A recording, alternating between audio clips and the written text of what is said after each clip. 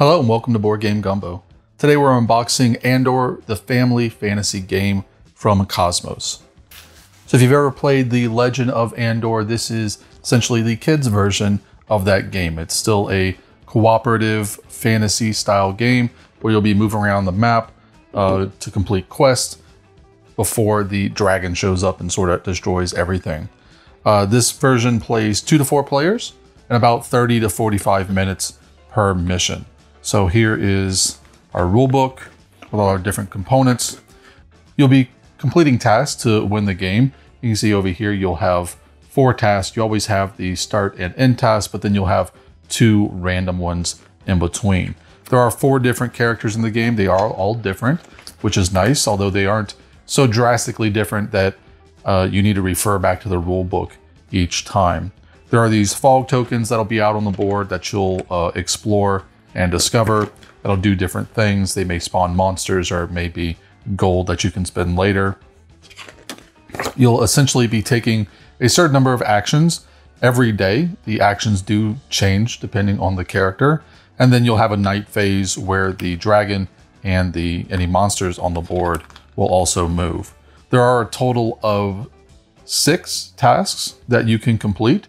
So you could play the game 3 times with completely new tasks, and then you can just do them randomly instead of doing them in order.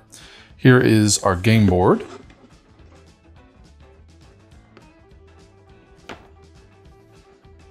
So pretty standard for this style of game, although it looks very nice. It does have a kid-friendly look to it with the colors and the way they've been laid out. Every character will start up here in the castle and then move around in this area. You can't cross the bridge until you complete a certain number of tasks, but on the other side of the bridge is your ultimate objective, which is always to save the 3 wolf cubs. So we have some punchboard here. Our different characters, you can see the white circles are their actions, essentially how many things they can do during a turn. And then the squares are the number of combat dice they have. So we have the rangers here who have the most movement, and these are double-sided, whether you want to play male or female. The dwarves can move between caves. That's their special ability. And then we have different tokens. So here are the tokens that'll go out on that sort of advanced part of the board that you have to unlock. Monster tokens, just different quest tokens that you have to acquire here. And then these are the fog tokens, which will be put out onto the main board. All this punches out really well. It's pretty standard cardboard thickness. Here is the mage. So the mage only has 1 combat die, but they have a symbol on that die that lets them blow up everything they're fighting. And then the knights here, who have the most combat dice with 4. More tokens, again, for the different objectives and the fog tokens that will go out. We kind of have like a first player token here, but it also gives you how the night phase works. So the dragon and enemies will move. New enemies will spawn depending on where the dragon is. Wells will refresh, and then heroes will get back their combat dice and their action tokens. We got standees for all the characters in the game, the monsters, the dragon, all those sort of things. We've got some torch tokens that can be bought during the course of the game, and then the wells as well. The wells will be on the game board, and then once per day you can essentially activate them to gain those tokens back, and then they go to their use side. So just some yellow disc here to represent the different characters' actions. We have dice. So the dragon has his own die. He'll move at every night phase, either 1, 2, or rarely 3, because this isn't a 6-sided die. There's only 1 3 face.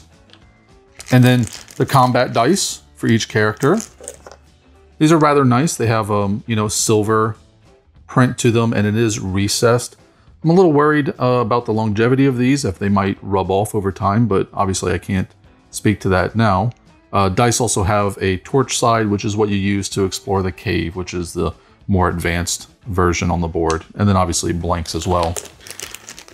So the only one that's really different is the magician's die, who has 1 torch, but he has 3 lightning bolts. So his lightning bolt will just kill anything he's fighting. Otherwise, you typically have to do a certain number of hits to something. Stands for all of our figures. And then finally, the cards for our different tasks.